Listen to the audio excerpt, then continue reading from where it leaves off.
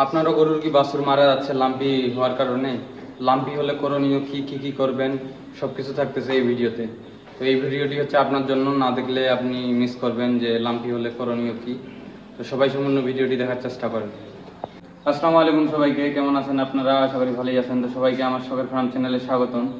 তো আজকে আমি আপনাদেরকে বলবো যে গরুর ফার্মের সব থেকে বড় সমস্যা যেটা মনে করা হয় যে অনেক বাচ্চারা হয় লাম্পি স্কিন ডিজিজ।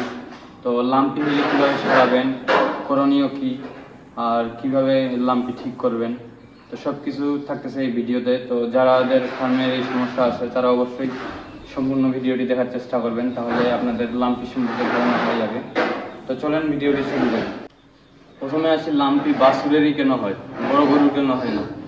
বাছুরের লাম্পি স্কিন ডিজিজ হওয়ার কারণ হচ্ছে বাছুরের রোগ প্রতিরোধ ক্ষমতাটা বড় সাইজের গরুর থেকে অনেকাংশেই কম।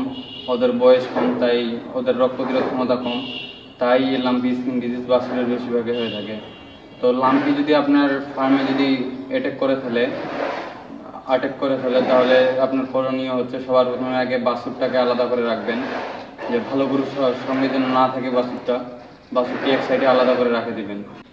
তো আপনার বাছুরের যদি লাম্পি হয়ে যায় তাহলে আপনি সবার প্রথমে যেটা কাজ করবেন, আপনি বাছুরটাকে আলাদা করে রাখবেন এক সাইডে, যাতে বাছুরের ভাইরাসটা অন্য বাছুরকে ধরতে না পারে।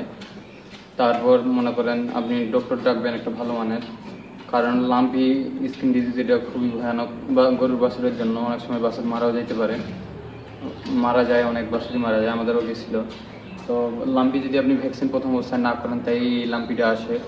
আর যদি এখন হয়ে গেছে লাম্পি তাহলে করবেন কি, আপনি বাছুরটা আলাদা করে রাখে, আপনাকে যদি শরীরের বিভিন্ন জায়গায় ফুলে যায় কিন্তু লাম্পি দিলে, তো ওই ফুলা জায়গাগুলোতে আপনি একটু গরম দিয়ে সেঁক দিবেন, যেমন গরম পানি দিয়ে একটু কাপড় ডুবায় ওই কাপড়টা তখন সেঁক দিবেন ওই ফুলা জায়গাগুলোতে, ফলে একটু বাছুরটা আরাম পাবে। আর লাম্পির কারণে কিন্তু অনেক সময় বাছুরের অনেক পরিমাণে জ্বর আসে, বাছুরটি অনেক দুর্বল হয়ে যায়, শুকায় যাবে, খাবে না।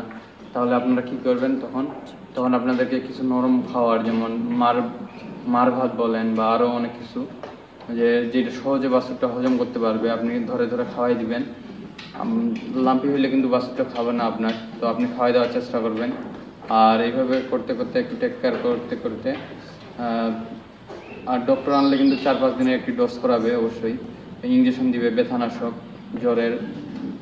আর ওই ইঞ্জেকশনে কিন্তু আপনার লাম্পি চলে যাবে না, গরুটা একটু সুস্থ হয়ে যাবে, এনার্জি পাবে, আর ওই ব্যথা কমবে।